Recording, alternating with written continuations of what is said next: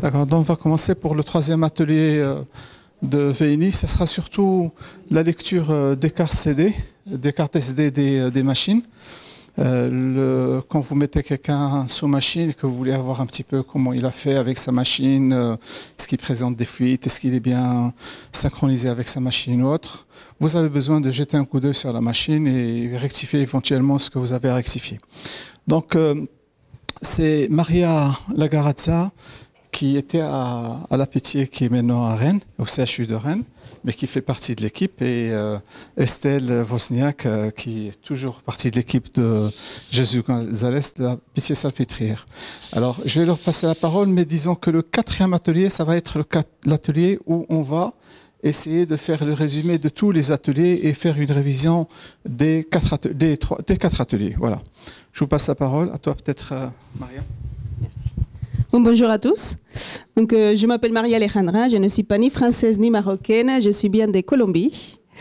Donc c'est vrai, j'étais pendant presque 7 ans à la Pitié, et puis les choix de mes 2 enfants et ma vie personnelle est passé dessus, et j'ai décidé de quitter Paris parce que ça ne me convenait plus. Donc je continue à être de l'équipe de Paris malgré tout. Je suis partie il y a 1 an, et bon, on va voir un peu.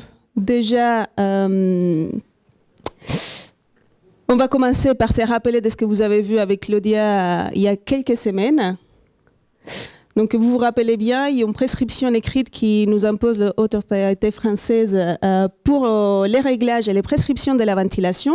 Si vous vous rappelez, là, il fallait dire les types d'appareillage, niveau 1, 2, 3, les réglages, les circuits, les masques et l'oxygène ou pas, etc.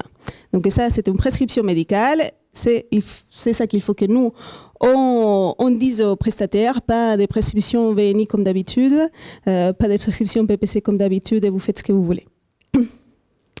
Si vous vous rappelez, sur les HS, déjà il y a plus de 10 ans, on divise les ventilateurs sur 3 niveaux. Le niveau 1, ce que vous vous rappelez, c'est quoi sa caractéristique? Il n'y a pas de batterie, on déconnecte, c'est comme un PPC. Les ventilateurs s'éteignent. C'est normalement pour les patients qui se ventilent moins de 8 heures par jour. On commence classiquement SOH, BPCO, déformation thoracique de base. Les ventilateurs niveau 2, est-ce que vous vous rappelez? Donc, il y a une batterie qui dure quelques heures. Donc, niveau de sécurité au-dessus, plus de 8 heures de ventilation, normalement tout maladie neuromusculaire, ou tout malade, SOH, BPCO, déformation thoracique, qui se ventilera plus de 8 heures. Directement, on passe à niveau 2. Et le niveau 3, life support, support de vie, des ventilateurs avec batterie, beaucoup plus sécuritaire, une batterie qui tient beaucoup plus d'heures. Et aussi par sécurité, en général, pratiquement tous les ventilateurs n'ont pas de humidificateur intégré parce qu'on est censé de se balader avec son ventilateur, une question de sécurité. Toute hypoventilation alvéolaire centrale sévère, maladie neuromusculaire avancée, ou tout simplement tout malade qui se ventile plus de 16 heures par jour, et bien évidemment tout malade trachéotomisé, on ne se permet pas de le mettre avec une machine qui s'éteigne et qui arrête de le ventiler. Pour les plus de 20 heures, on donne en France un certificat d'électricité EDF. Ça fait que si un coupure d'électricité, bien entendu, programmée, ils sont prévenus en amont, parce que c'est un patient qui se ventile plus de 20 heures par jour, qui est complètement dépendant de sa machine pour respirer. Et si un coupure qui est non programmé, ils sont prioritaires pour trouver une solution. Les vocabulaires de base de cycle ventilatoire, donc ça c'est les modes pression, c'est ce qui fait la machine, et tout ce qu'on peut régler par rapport à la machine, au réglage de la machine. Le numéro 1, vous vous rappelez ce que c'est?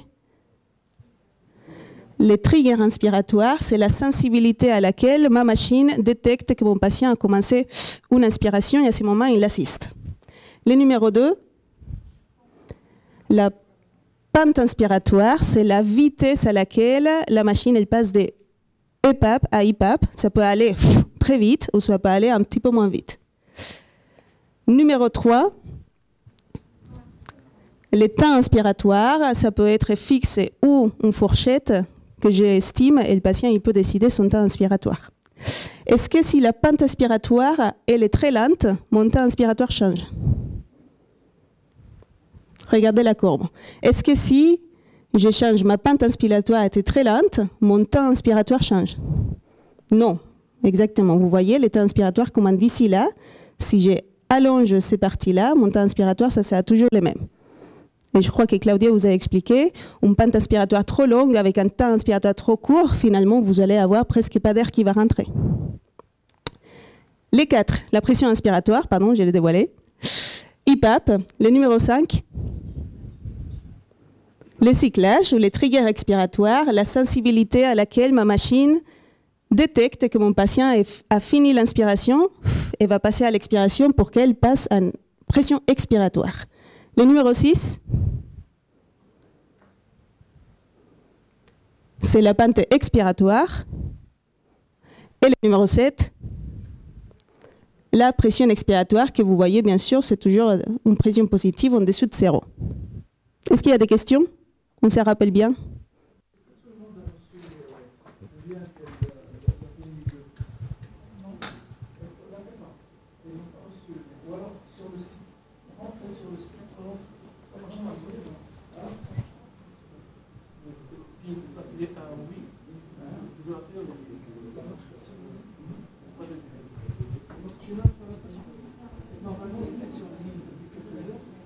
C'est vrai que les inscrits, normalement, ils devraient recevoir le lien. On continue. Vous avez vu aussi avec Claudia les modes des types de ventilation, le mode spontané, le mode semi-contrôlé et le mode contrôlé. Le mode spontané, c'est une liberté totale au patient. La liberté conditionnelle, c'est le mode semi-contrôlé. Et le mode contrôlé, c'est moi qui décide, c'est la machine qui décide, tout au niveau de la respiration du patient. Est-ce que vous vous rappelez comment on sait si c'est un mode spontané, semi-contrôlé ou contrôlé, indépendamment de tout ce qui est écrit, parce que forcément les fabricants, ils écrivent, ils nomment leur programme comme ils veulent. Est-ce que vous vous rappelez? Donc le mode spontané, qu'est-ce qu'il faut, qu'est-ce que c'est obligatoire pour un mode spontané, pour que je l'appelle spontané? Oui. Trigger cyclage. Donc, je suis d'accord avec vous. Il faut que la machine s'intéresse à ce qu'il veut les patients. Et ça, elle fait biais les triggers. Elle détecte quand il aspire, il assiste à ce moment-là. Il détecte quand il va commencer à expirer. Il passe en pression expiratoire à ce moment-là. Le mode contrôlé. Est-ce que vous vous rappelez? Une fréquence respiratoire. Donc, j'impose quelque chose, même si c'est quelque chose de sécurité, mais je l'impose, je contrôle un peu. Et autre chose qu'il fallait regarder? Les temps inspiratoires aussi. Et les modes semi-contrôlés, ils ont tout. Donc parfait. Pas de fréquence respiratoire parce que ça ne m'intéresse pas. Pas d'état inspiratoire parce que mon patient il est libre de faire tout ce qu'il veut. Contrôlé au contraire, je décide la fréquence, je décide l'état inspiratoire. Bien sûr, ça ne m'intéresse pas du tout de savoir ce qu'il veut le patient. Donc pas de triggers, pas de cyclage. Et tout mode semi-contrôlé, il y a tout à régler. Et enfin, ce petit diapo des réglages, la recette de cuisine pour savoir quels paramètres mettre en fonction de chaque maladie, neuromusculaire, thoraco-restrictif, SOH ou BPCO. Recommandation Gavodo qui date déjà un petit peu, donc par exemple la pente, ça change par rapport au type de machine, mais qui en général, elle est quand même toujours très des actualités, avec des aides inspiratoires au démarrage et cibles, en sachant que bien entendu, minimum 6 aides inspiratoires, c'est obligatoire pour une ventilation. Et après, vous les voyez, les types d'EPAP cibles et initiales, les types de fréquences respiratoires, la pente, les triggers, les cyclages et l'état inspiratoire. Ça, c'est bien entendu des recommandations, des lignes générales pour ne pas être perdu. Après, en fonction de chaque patient, on peut adapter. Très bien. Je vais prendre mon téléphone et on va faire un petit test sur Socrative. Donc, vous pouvez flasher ce QR code. Je vais lancer l'activité. Ça a tout à voir avec ce qu'on va voir aujourd'hui. Donc, si vous vous trompez, pas de souci, c'est normal. 10 questions. Je vous laisse peut-être 5 petites minutes pour la répondre sur vos téléphones. Est-ce que tout le monde a réussi à se connecter déjà?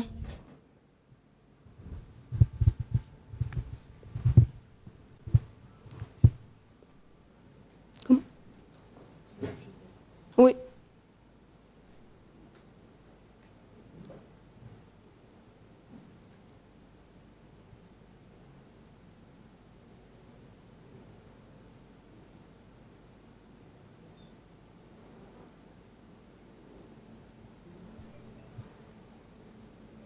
Ça a l'air de fonctionner.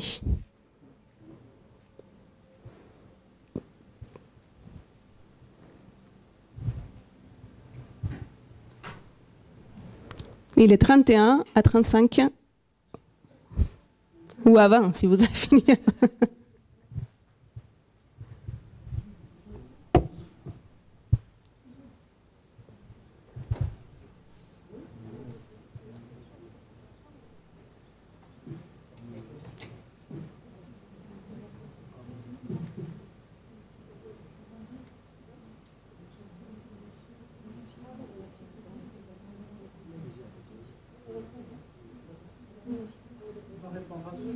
Oui, vous répondez à toutes les questions. On fera ces mêmes tests cet après-midi, à la fin de la formation, pour voir un petit peu les feedbacks.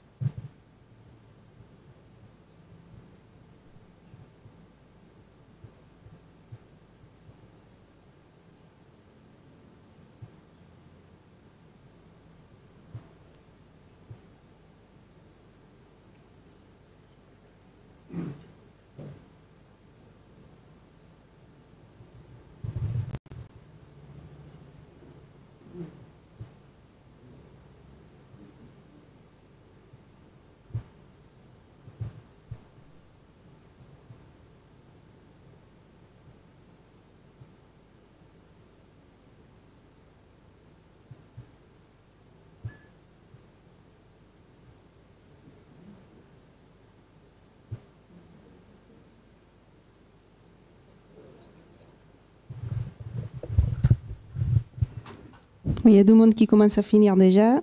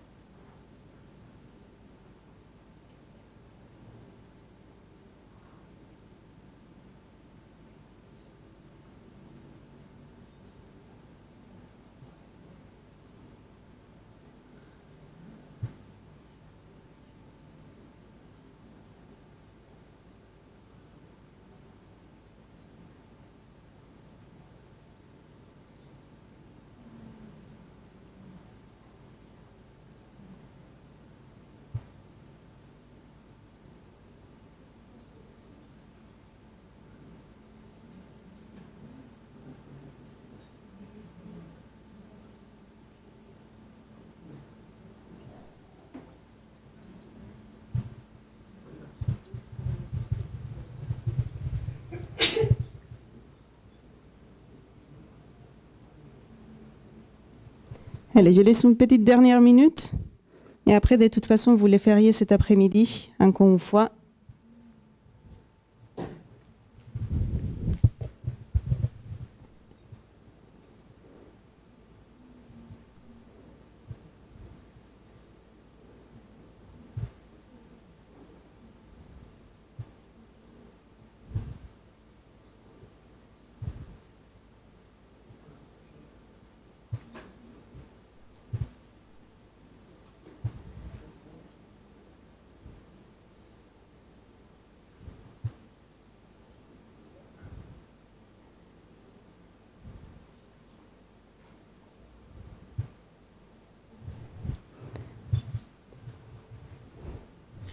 Est-ce que c'est presque bon pour tout le monde?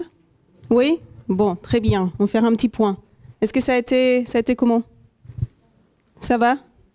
Difficile? Ça va difficile. Voilà. Bon, très bien. Alors, je vais juste passer très rapidement pour ne pas me sortir trop de planning qu'on avait à la base. Pourquoi il faut monitorer quand même la ventilation nocturne? Les spoilers, c'est parce qu'on améliore la survie des patients et il faut regarder les courbes. Voilà, ça c'est la phrase à retenir. Après, c'est basé sur quoi? Vous connaissez Jésus Gonzalez, j'imagine. C'est basé sur on a plusieurs études qui nous disent qu'on ne sait pas ce qui se passe avec la ventilation la nuit, qu'un mois, par exemple, chez cette cohorte qui est petite, des 80 patients SLA, on voyait qu'à un mois, il y avait quand même plus de la moitié des patients qui étaient mal ventilés.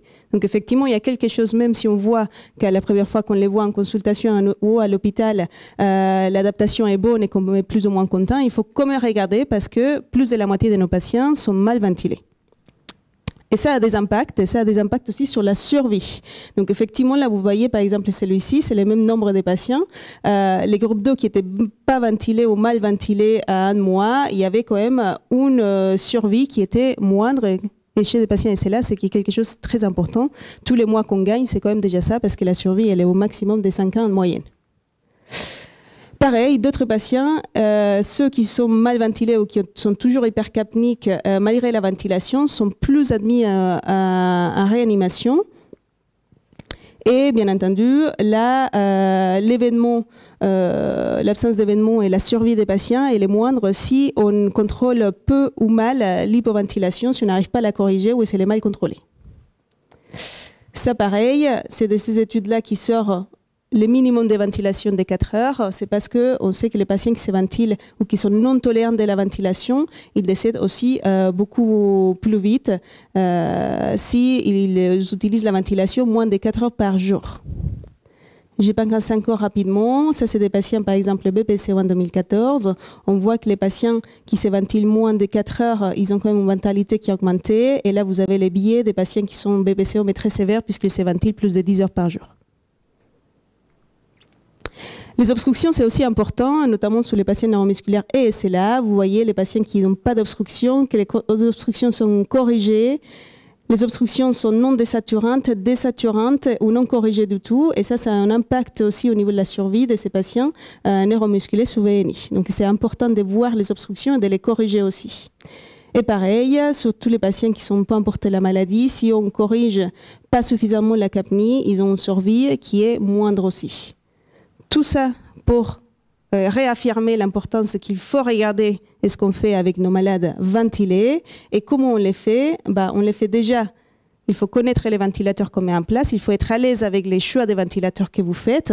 Il faut connaître les types de ventilateurs et les indications qu'on a vues tout à l'heure. Il faut déjà savoir qu'il y a plusieurs fabricants avec plusieurs logiciels, plusieurs algorithmes et qui appellent leurs programmes de façon différente. Donc, il faut travailler avec les ventilateurs avec lesquels vous êtes les plus à l'aise.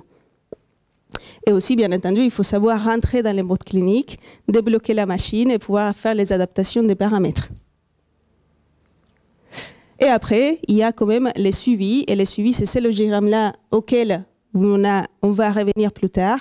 Moi, à l'époque, quand je faisais mon internat il y a déjà quelques années, on faisait que des gaz du sein et si le patient disait ça va, on disait ça va, merci, au revoir. On ne s'intéressait jamais à la machine à cette époque-là. Mais il y a plein de choses qu'on peut faire. On peut regarder les logiciels, la clinique, les gaz du sein, des polysomnos, des capnos, des rapports VNI, un PDF, les courbes de la VNI. On peut faire plein de choses, faire des oxymétries. Et tout ça, ça a vraiment été bien établi par ce logogramme qui date déjà d'il y a plus de 10 ans, qui est toujours quand même d'actualité et auquel on va se plonger cet après-midi plus simplement. En gros, il faut retenir qu'il y a, je reviens parce que je vois quelqu'un qui prend des photos, il faut retenir qu'en vrai, il n'y a que 5 raisons pour lesquelles on est mal ventilé. Donc il y a 5 raisons uniquement avec cette chose fameuse qui s'appelle OFOBA.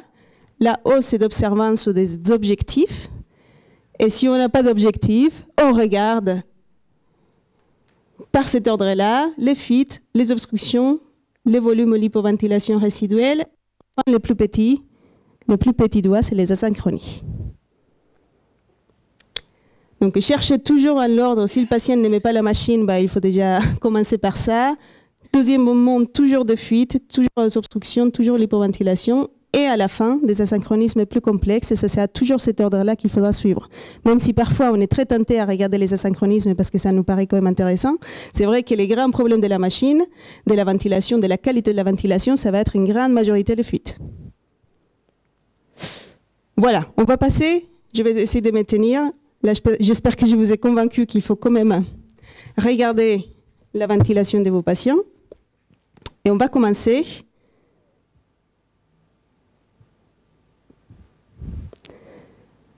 par la polygraphie sous VNI.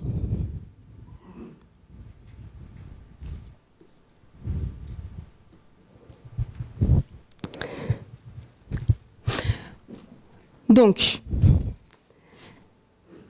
on On a parlé beaucoup des logiciels et c'est ce qu'on va faire cet après-midi, beaucoup aussi, parce que ça donne énormément d'informations, mais il faut savoir que la polygraphie sous VNI, c'est vraiment la seule façon qu'on a de comprendre complètement tous les asynchronismes et toute l'interaction patient-ventilateur. Même si c'est celle qu'on ne fait pas très souvent, bien sûr. Tous les logiciels que je ne sais pas si vous connaissez, vous êtes habitués aux logiciels en termes général? Non, pas trop. Donc il faut savoir que toutes les machines, ils ont quand même une petite carte, ils ont des données qui sont enregistrées et on est capable de voir, de tracer de la machine et du patient de débit, presque comme une polygraphie. Donc on peut se servir de tous ces logiciels-là. Mais parfois, les logiciels, ils ne suffisent pas. Parfois, on ne sait pas vraiment ce qui se passe. Qu'est-ce qu'il fait la machine, qu'est-ce qu'il fait les patients, qu'est-ce qu'il voulait vraiment, qu'est-ce qui se passe. Parfois, c'est compliqué à comprendre. Et pour ça, les bandes thoraco-abdominales, c'est les gold standards, ce qui vont nous dire ce qui se passe, ce qui veut vraiment les patients, comme il a inspiré, comme il a assisté la machine. Il y a des ventilateurs qui ont des bandes vraiment directement connectées au ventilateur et on peut avoir tout, donc ça c'est génial. Mais parfois, ce n'est pas toutes les machines. Donc, on fait des adaptations et on connecte la machine avec un polygraphe, avec un pneumotachographe, on ajoute l'oxymétrie et un capteur de pression. Donc la polygraphie reste quand même les gold standards à apprendre, c'est quand même très chronophage et c'est vraiment pour les patients qui nous posent des vrais problèmes qu'on ne peut pas comprendre avec les logiciels. Les logiciels, ça restera la chose qu'on va utiliser la plus couramment et la polygraphie, on va l'utiliser sur vraiment moins de 10% des patients. Mais il faut quand même, c'est celle qui nous donne la réponse à plein de choses.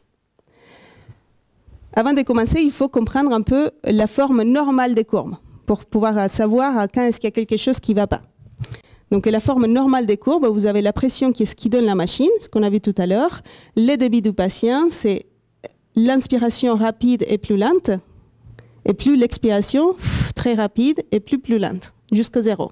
Donc ça, c'est la forme du débit normal. Si on voit avec les bandes, vous voyez que le patient il a commencé son effort ici, inspiratoire, donc la machine a détecté, il a assisté, et l'expiration commande ici au niveau du cyclage. Donc au niveau des bandes, c'est la deuxième partie. Et si on prend un EMG des muscles accessoires ou un EMG diaphragmatique, ça nous mettra un effort pendant tous les cycles inspiratoires. C'est bon? Oui. Donc et ça, c'est la forme normale. C'est l'image qu'il faut retenir en tête. Là, c'est la pression. Ce qu'on a vu tout à l'heure avec les triggers, la pression de la machine, un IPAP et une EPAP. Ça, c'est le débit du patient, l'inspiration rapide lente, l'expiration rapide et lente jusqu'à 0. Et ça, c'est les bandes thoraco-abdominales. Donc, mon patient, il commence son effort ici, la machine l'assiste à ce moment-là. Au milieu du cycle ici, des bandes thoraco-abdominales, il veut commencer à faire l'expiration. Donc, la machine, elle passe en mode expiratoire jusqu'à reprendre un cycle suivant. On va voir un autre exemple, une autre image, si je me rappelle bien. Voilà.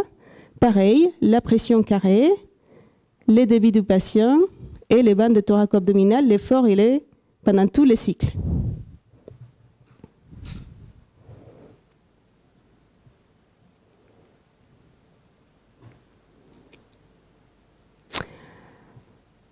Voilà, ça c'est comment ça pourrait se voir avec un pneumotachographe qui est ici un capteur de pression. Ça on va passer. Donc la première étape de la lecture, c'est quel mode ou quel réglage. Donc la sémiologie des tracés dépend si mon ventilateur est mis en mode volumétrique ou barométrique. Ça, vous l'avez vu avec Claudia. Les 95% de nos patients sont d'un bon barométrique, de toute façon. Donc il y a différents types pour savoir si c'est volume ou pression. Le type numéro 1, c'est que vous cherchez la signal qui ne varie pas ou qui varie le moins. Si c'est la signal de pression, c'est un mode barométrique. Si c'est la signal de débit, c'est un mode volumétrique. Et après, le deuxième type, vous cherchez le signal qui est l'aspect le plus carré. Vous voyez, tout à l'heure, on a vu la pression, c'était le plus carré, c'est parce que c'était un mode barométrique. À vous de me dire, à gauche, ça c'est pression et ça c'est débit. Pression et débit volumétrique. Donc c'est le débit qui est carré, donc c'est un mode volumétrique. Là, il n'y a que deux cycles, on ne peut pas voir s'il varie ou pas de toute façon. Et à droite, barométrique, c'est la pression qui est le plus carrée, et ce qu'on a vu tout à l'heure, et le débit qui est plus en pointe. barométrique, la pression carrée, volumétrique, le débit est plus carré. À vous. Vous avez pression, débit, et voilà, bande. Vous oubliez les restes. Pression, débit. Volumétrique ou barométrique? Barométrique. Donc vous voyez celle-ci, excusez-moi, ça ne varie pas, et en plus de ça, elle est plus carrée. On est d'accord. Suivant. Barométrique. Il y a le débit qui varie beaucoup, la pression qui varie moins, et en plus de ça, elle est quand même un petit peu plus carrée, notamment ici. C'est clair? Suivant.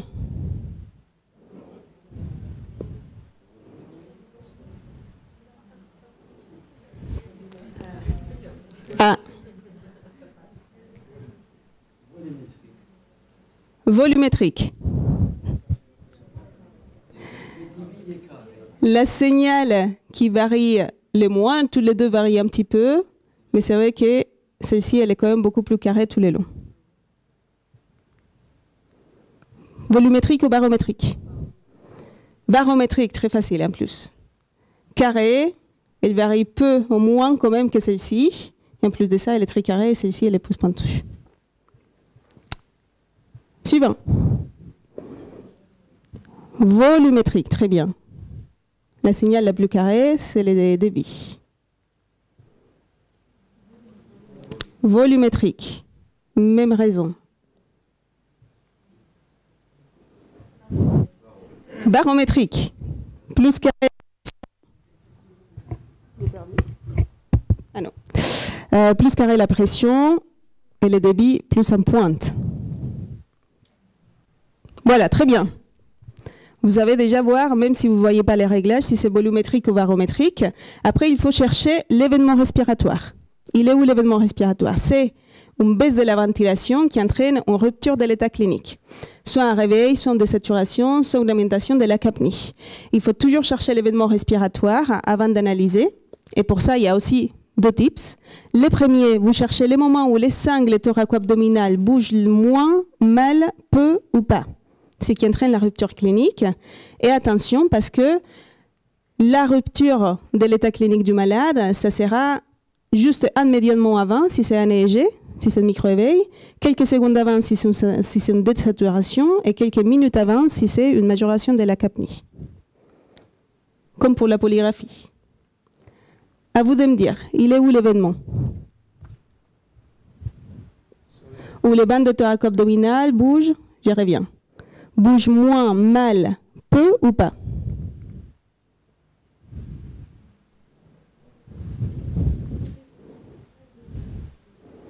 Les bandes thoraco-abdominales bougent. Voilà, qui entraîne peu, mal, moins ou pas, qui entraîne une rupture clinique, une rupture de l'état clinique, donc une désaturation qui arrive ici, quelques secondes après. Est-ce qu'on est d'accord que l'événement, il est là? Parfait.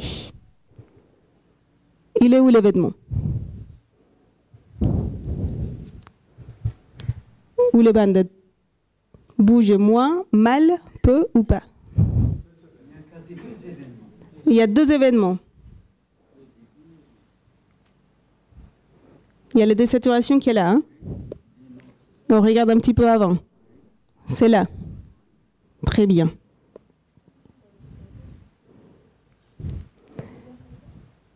Ici? Et aussi, on n'a pas la désaturation parce que ça n'arrive pas, je pense. Mais il y a aussi les bandes qui bougent mal par rapport à là. Et ici et ici. Ils sont les événements. Que là, vous voyez des désaturations, donc ça nous donne des pistes déjà. Donc on regarde un petit peu avant. Et en plus de ça, vous voyez, les bandes thorax et abdomen bougent un peu moins bien, mal, plutôt là. Est-ce qu'on est d'accord? Et même au début ici. Je suis d'accord. Et ça entraîne une désaturation après. Pardon. C'est bon? Suivant. Les bandes bougent, si j'ai pas de désaturation, bougent moins, mal ou pas?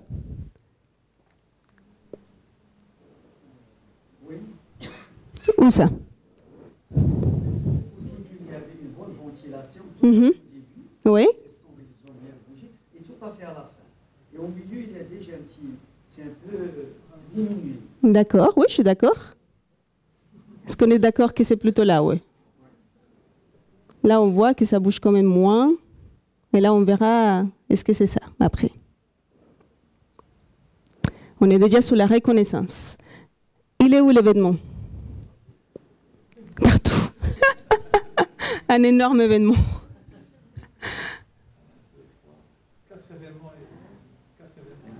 4 événements. Donc là, on a le type de la désaturation qu'on peut rechercher un petit peu avant. Et on regarde, et en plus, si les bandes elles bougent moins mal ou pas. On est d'accord, c'est par là. C'était pas un verre ici, hein, mais c'est un piège. Une fois on a découvert l'événement, on a trouvé où c'était l'événement, il faut chercher toujours dans le même ordre. Je vais beaucoup me répéter. Fuite, obstruction ou chute de débit. On a des bandes, donc on peut savoir si c'est avec ou sans diminution de la commande, un asynchronisme ou un problème technique.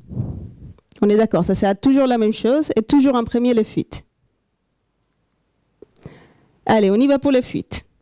Qu'est-ce que ça se passe dans un ventilateur barométrique avec la pression s'il y a des fuites? Il reste stable, ma machine elle est bête et disciplinée. Je lui ai dit 19 dipap, elle va faire 19 dipap. Sauf un cas particulier que je vais vous dire tout à l'heure, et le volume et le débit.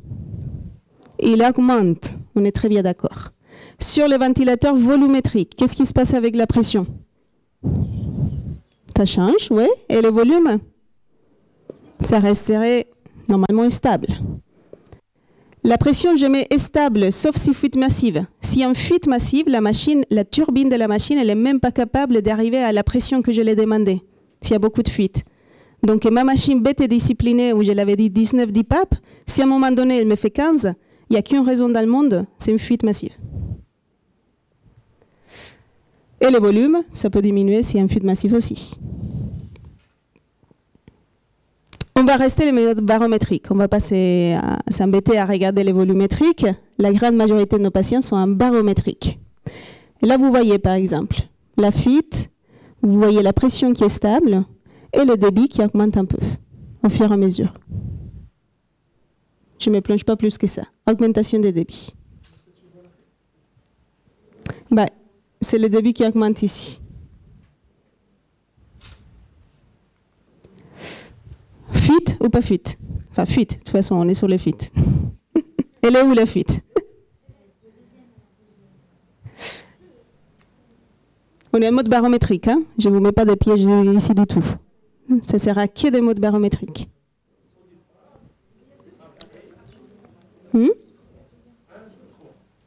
1, 2, 3.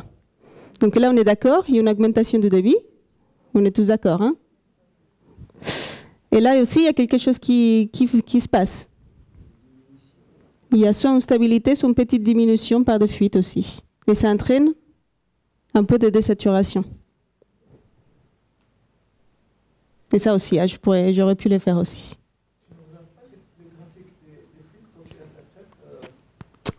Oui. Ah oui, bien sûr. Désolée, je ne suis pas habituée.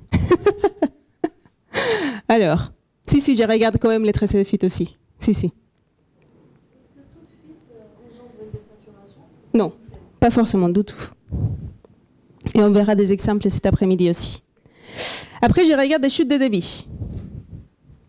Sur les modes barométriques, la pression, elle va faire quoi? Elle est stable. Ma machine, elle est bête et disciplinée. Elle va me faire 19,9. Je lui ai demandé de ça. Le débit, il diminue. Voilà. Et sur les modes volumétriques,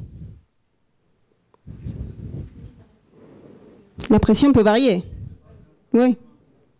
Elle va augmenter. Elle va essayer de voir qu'est-ce qui se passe, pourquoi je ne rentrais pas le bon volume. Et le débit devrait rester constant. On reste sur le mode barométrique, on se centre qu'à ça.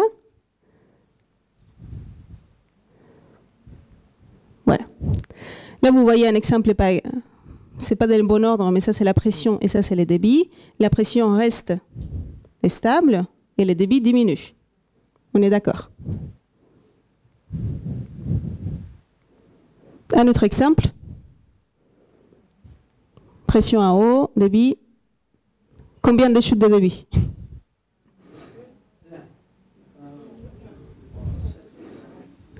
Oui. Et qui entraîne quand même des désaturations juste après. Et là où la chute de débit?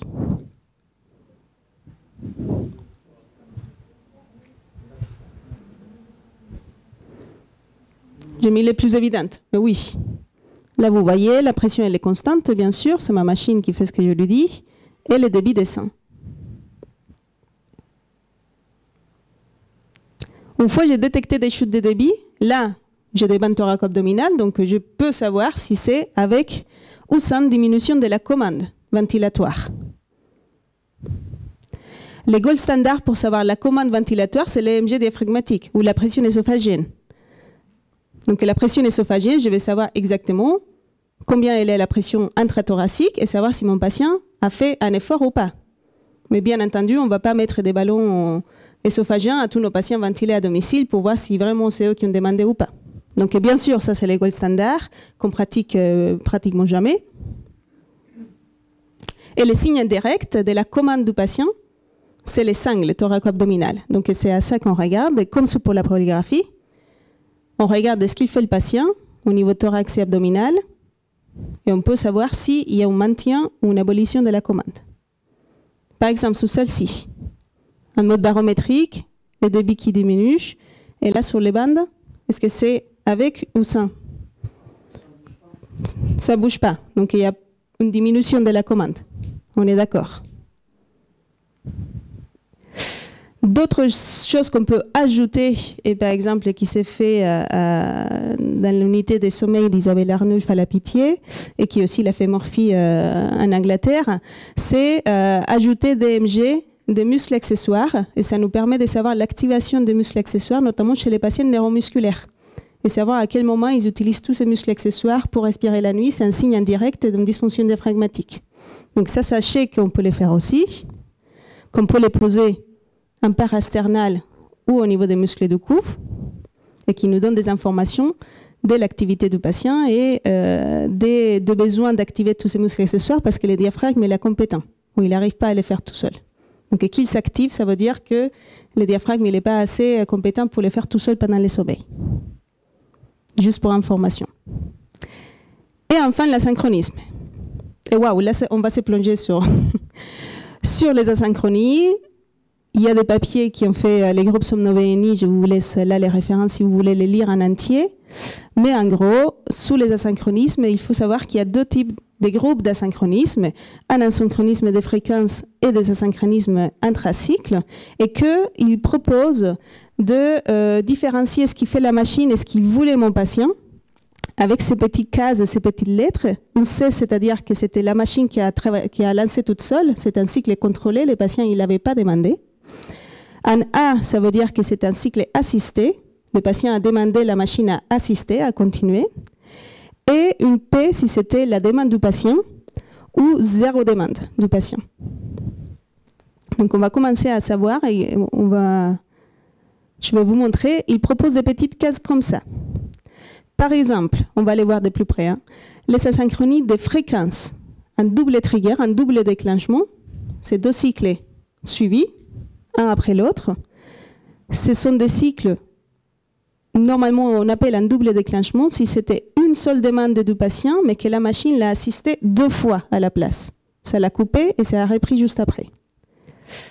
Si c'est un autre trigger, un autodéclenchement, c'est-à-dire mon patient il a fait zéro demande sur le débit et sur la pression, la machine l'a assisté, l'a donné deux fois. Si c'est un encopline, un premier cycle était contrôlé, mon patient n'avait pas demandé, et le deuxième cycle, c'est mon patient qui a demandé, la machine qui l'a assisté. Sur l'effort non récompensé, mon patient il a fait une demande et ma machine ne l'a pas répondu. C'est un effort du patient non récompensé par la machine. Et ensuite, on va les voir de plus près, les asynchronies intracycles.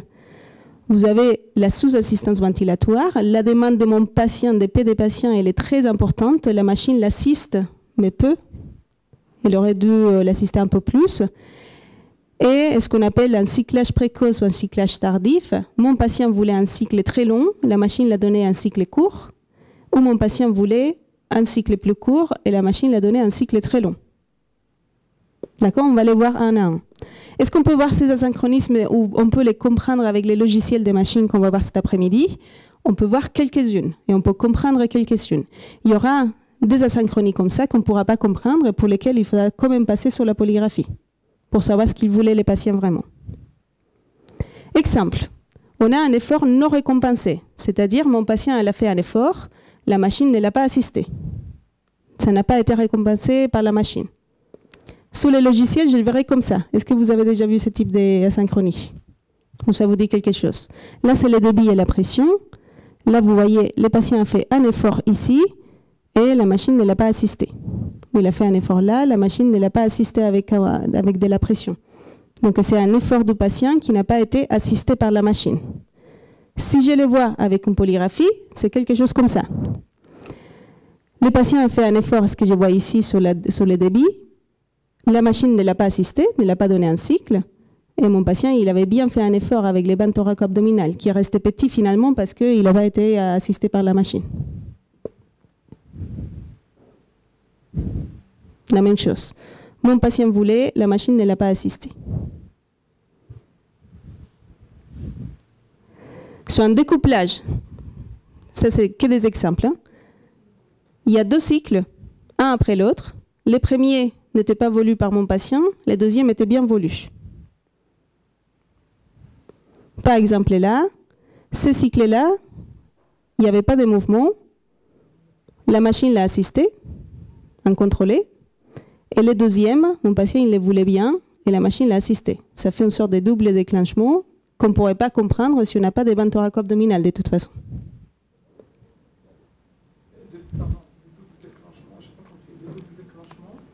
En fait, on appelle en général des doubles déclenchements, mais ça c'est vraiment un encopline. C'est-à-dire que, je ne sais pas pourquoi le malade au départ n'arrive pas à déclencher, parce qu'il a une fréquence qui est basse, ou pourquoi il n'arrive pas à déclencher au premier? Pourquoi celui-ci s'était pas voulu et la machine l'a donné? Pourquoi il n'arrive pas à déclencher au départ? En fait, ça, c'est pas qu'il n'arrivait pas à déclencher. Ici, je comprends qu'il y a un petit mouvement, mais je me base surtout sur celui-ci parce que c'est pas un asynchronisme qui est très facile. Vous le voyez peut-être un peu plus clair ici. En fait, ici, il n'y a pas de mouvement. Donc, les patients, ils ne voulaient pas ces cycles-là. La machine, c'est la donnée. Donc là, pareil, les patients ne voulaient pas des cycles. La machine l'a donné, en contrôlé. Parce qu'il s'est mis en mode contrôle, c'est-à-dire il s'est mis en mode fréquence respiratoire de backup. Pourquoi? Parce que la fréquence est trop basse par rapport à la machine? Oui, parce que la fréquence du patient n'est pas pareille à la machine. La machine se déclenche toute seule, effectivement. La fréquence du patient est trop basse par rapport à la machine, il faut ajuster cette fréquence.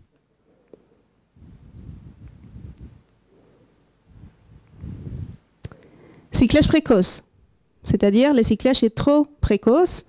Mon patient, il voulait un cycle long, la machine l'a coupé au milieu. Mon patient voulait un cycle long, la machine l'a coupé. Donc là, je peux les voir par exemple ici sur les logiciels. Je pourrais les voir, la machine a cyclé ici, alors que mon patient, il aurait voulu cycler là.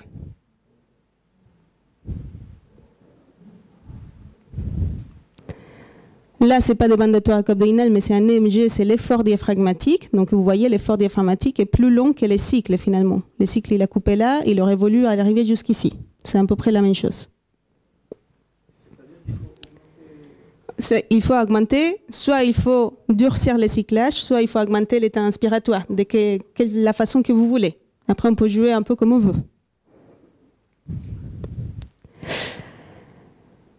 Cyclage précoce encore, sous la polygraphie. Donc vous voyez, la machine elle a cyclé ici, alors que le patient il aurait voulu finir son effort respiratoire là.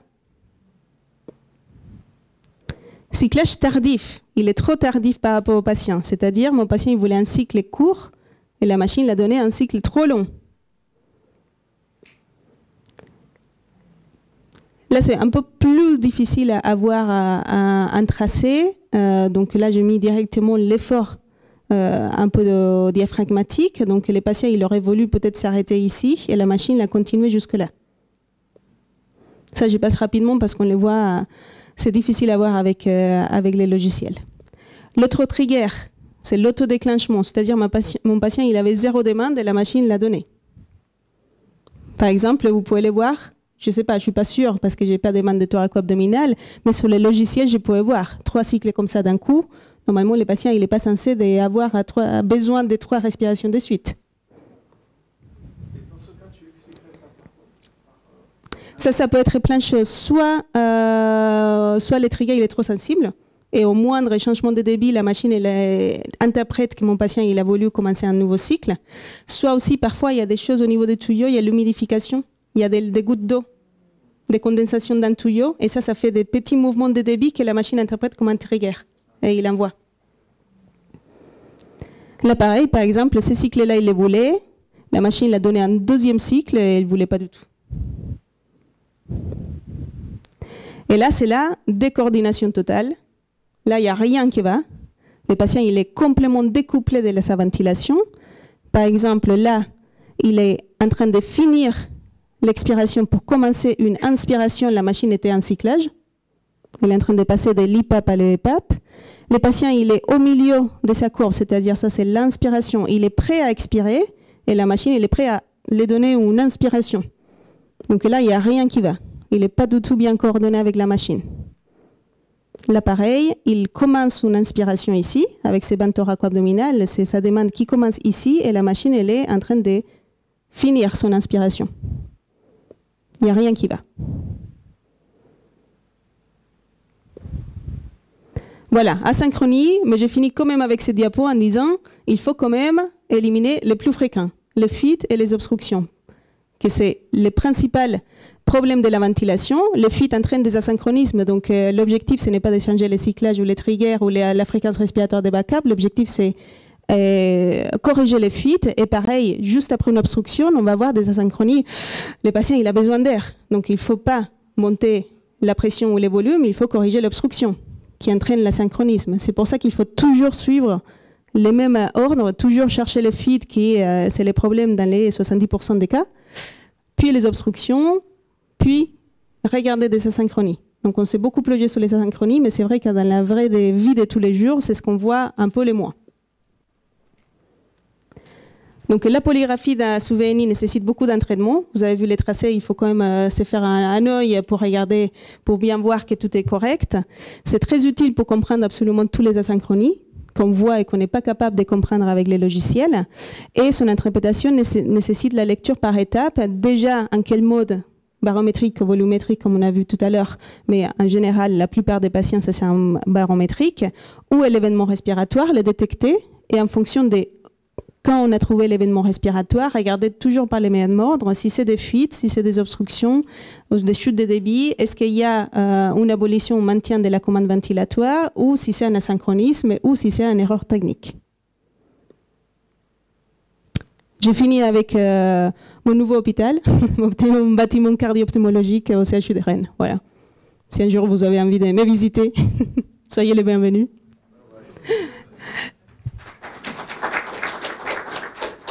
Est-ce que vous avez des questions? C'est un peu lourd comme première. Devant chaque asynchronie, il faut vérifier les fuites. Oui. Et les obstructions.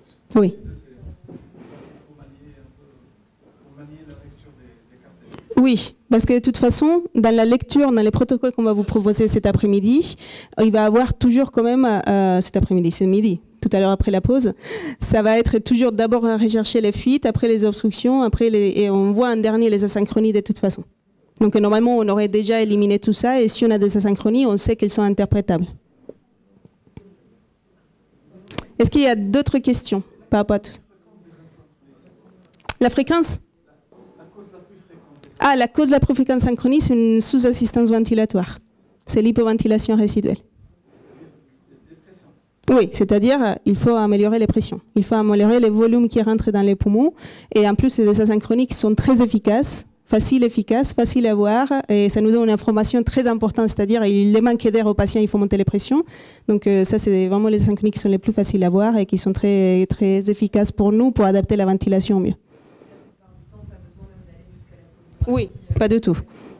On les voit très très bien sous les logiciels, et encore une fois, c'est très facile à voir. Oui, oui, oui, clairement.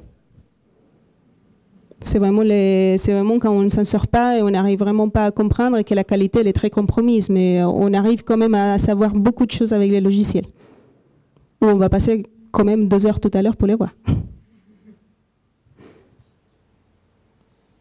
On fait une petite pause de tout ça, je ne sais plus quelle heure il est. Oula, bon. À toi, Mohamed, de me dire, du coup, peut-être 20 minutes au lieu d'une demi-heure, pour ne pas trop se décaler. Ah, et je me permets aussi, pour cet après-midi, on vous a demandé tous de venir avec les ordinateurs pour télécharger les logiciels Rescan.